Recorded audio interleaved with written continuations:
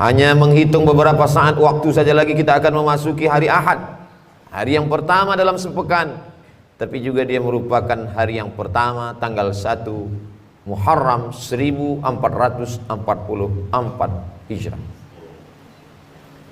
Baru saja kita melewati hari-hari berubah menjadi pekan, pekan berubah menjadi bulan, bulan menjadi tahun. Apa sebenarnya yang diinginkan Allah dengan perputaran waktu, zaman dan masa ini? Maka Allah katakan dalam Al-Quran, wa tilkal ayyamu nudawiluha bainan nas. Demikianlah hari itu kami pergantikan silih berganti di hadapan manusia. Tujuannya tidak lain tidak bukan liya'lamallahu alladhina amanu, karena Allah ingin menguji siapa yang imannya tetap ada. Wa tilkal ayyamu nudawiluha bainan nas. Demikianlah hari-hari itu kami pergantikan di hadapan manusia. Wa liya'lamallahu alladhina amanu. Allah ingin menguji siapa yang iman tetap berada dalam badannya. Apakah ada orang yang ketika hari itu dipergantikan lalu imannya lepas? Ya. Yusbihu mu'minan, paginya beriman, wa yumsi kafiran, petangnya menjadi kafir. Wal'iyadzubillah wa na'udzubillah. Ulama kalau sudah menyebut orang murtad meninggalkan agama, mereka berta'awudz minta ampun kepada Allah berkali-kali, karena tidak ada maknanya hidup, masuk kekal. Waquduhan nas wal hijarah, bahan bakarnya yang terbuat dari nas, manusia. Siapa dia? Orang yang ingkar kepada Allah, ingkar kepada Rasulullah Sayyidina Muhammad sallallahu alaihi wasallam. Kapan kita beriman? Sebelum kita lahir ke atas dunia, sebelum berbentuk darah, daging, kuku, bulu, sebelum menjadi manusia. Wa idz akhadha rabbuka min bani adama min zuhurihim dzurriyyatahum wa asyhadahum ala anfusihim. Ingatlah ketika Allah mengambil perjanjian di hadapan seluruh manusia ketika dia masih berbentuk dalam roh di alam arwah. Ketika itu Allah mengatakan alastu bi rabbikum, bukankah aku ini Rabb kamu? Lalu semua menjawab bala syahidna, engkau adalah Rabb kami ya Allah. Antaqulu yaumal qiyamah, tapi nanti pada hari kiamat manusia menjawab inna kunna an hadza ghafilin, kami lalai, kami lupa, kami silap, kami khilaf, kami tidak ingat. Begitulah manusia dipergantikan siang dan malam. Makanya Nabi Muhammad SAW mengajarkan kita doa, ya muqallibal qulub, engkau yang membolak-balikkan hati, tsabbit qulubana, kokohkan hati kami ala dinik, dalam agamamu, ala ta'atik, dalam ketaatan kepadamu. Ya musarrifal qulub, engkau yang mengarahkan hati kepada keimanan, sarrif qulubana, arahkan hati kami ala dinik, dalam agamamu, ala ta'atik, dalam ketaatan kepadamu. Ketika sahabat Nabi akan ditugaskan ke Yaman mengutip zakat, nanti kau akan di sana sibuk Mu'adz bin Jabal menghitung berapa zakat onta, berapa zakat lembu, berapa zakat kambing, berapa zakat kurma. Maka bacalah doa ini di akhir salatmu, Allahumma a'inni, tolong aku ya Allah, ala dzikrika, supaya hatiku selalu berzikir mengingatmu, wa syukrika, supaya lisanku selalu bersyukur menyebutmu, wa husni ibadatik, selalu beribadah dengan ibadah yang baik kepadamu. Bukankah Bal'am seorang yang beriman? Walau syi'na la rafa'nahu biha, kalau kami mau kami angkat derajatnya, karena kami sudah mengajarkan asmaul a'zam kepadanya, doanya makbul. Walakinnahu akhlada ilal ardi wattaba'a hawah, tapi kemudian dia lebih memilih kehinaan, dia memperturutkan hawa nafsunya. Famathaluhu kamathalil kalb, dia seperti seekor kanjing, dia seperti seekor binatang yang hina, najis, mughallazah. Air liurnya saja pun masuk ke tempat air minum kita. Idza walagal kalbu fi ina'i ahadikum, kalau ada seekor anjing menjulurkan air liurnya ke tempat bejana air minum kamu, fa ahriquhu, maka tumpahkanlah. Setelah itu disamak, disiram dengan air 7 kali. Air suci mensucikan air mutlak, salah satunya dicampur dengan air tanah, begitulah kotornya. Maka Allah mengumpamakannya, famathaluhu kamathalil kalb, dia seperti seekor anjing. In tahmil alaihi yalhas aw tatruku yalhas, andai kau ambil kayu batu untuk melemparnya, dia tetap mengulurkan lidahnya. Andai kau biarkan pun juga sama. Tidak ada bedanya antara ceramah, antara tausiah, antara khutbah, ada atau tidak sama saja bagi dia. Tidak lagi berpengaruh ke dalam hatinya. Inilah yang kita khawatirkan. Hari berganti, musim berubah, hidayah tak juga masuk ke dalam hati dan jiwa. Kita diperdengarkan setiap pergeseran waktu. Ketika terbit fajar, fajar shadiq, fajar kadhib, ketika terbit fajar dikumandangkan azan asyhadu an la ilaha illallah,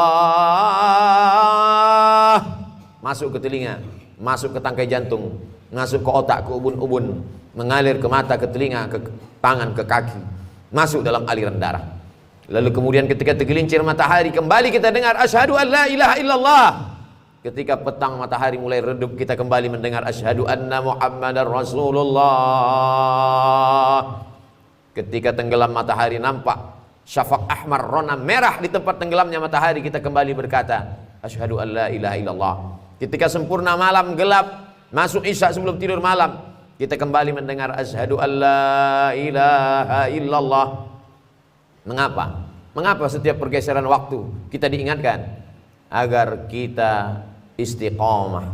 Al istiqamah khairum min alfi karamah. Satu istiqamah lebih baik daripada 1000 karamah. Idza ra'aitar rajul, kalau kau lihat ada orang yatiru fil hawa, terbang di atas awan, yamshi 'alal ma, berjalan di atas air, la taghtar, jangan tertipu, jangan terpukau, karena iblis setan pun mampu melakukan itu. Tapi pandanglah bagaimana istiqamah. Man syabba 'alaihin, man syabba 'ala syai'in syabba 'alaih. Siapa yang membiasakan diri pada waktu mudanya, maka dia akan terbiasa pada waktu tuanya. Pepatah kita mengatakan Allah bisa karena terbiasa. Kalau terbiasa datang saat kumandang azan, sudah duduk di masjid menunggu saat-saat waktu mustajab berdoa, tak sabar hati ingin menantikan khatib naik ke atas mimbar, rindu ingin mendengarkan bacaan qari imam, maka sesungguhnya hati sudah mendapatkan hidayah. Kalau memang kita meminta hidayah, kita sudah Islam, ayah kita muslim, ibu kita muslimah, kenapa kita minta ihdinas siratal mustaqim, berikan kami hidayah? Hidayah apa lagi? Hidayah terbagi dua. Hidayah Islam, kita sudah muslim, lahir di tengah keluarga muslim, ayah muslim, ibu muslimah, lahir diazankan, walimah diakadkan. Lalu kenapa kita masih minta 17 kali sehari semalam? Hidayah supaya tetap dalam iman dan Islam, hidayah supaya terbuka pintu hati mendengar tausiah, hidayah supaya datang ke masjid sholat berjamaah, hidayah supaya menolong fakir miskin yatim dan du'afa. Banyak orang menyepelekan, mengesampingkan hidayah. Berapa banyak orang yang terlahir di tengah keluarga la ilaha illallah tapi mati dalam keadaan su'ul khatimah. Itulah mengapa kita selalu mengatakan Allahumma inna na'udzubika, ya Allah jauhkan kami dari segala yang merusak keyakinan, keimanan kepada Allah subhanahu wa ta'ala. Untuk apa dibuat Allah kita berada dalam waktu ini? Alladzi khalaqal mauta, Allah yang menciptakan mati, wal hayata, Allah yang menciptakan hidup.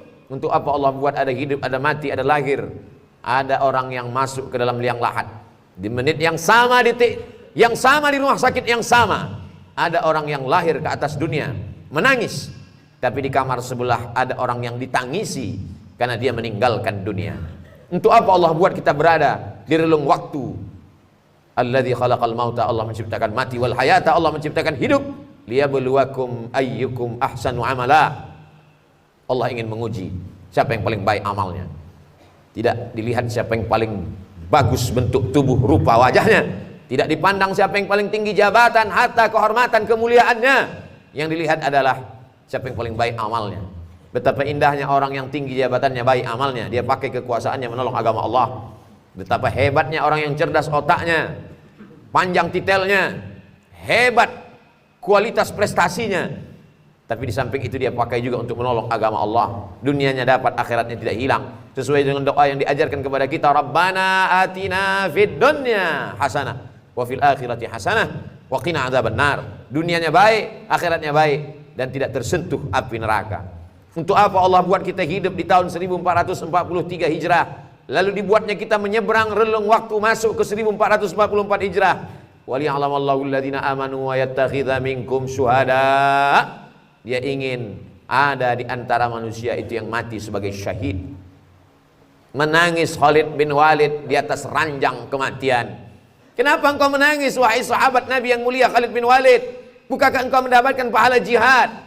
Tidak ada satu jengkal pun tubuh Khalid bin Walid yang kosong dari bekas tebasan pedang, tombak, anak panah, panasnya baju besi.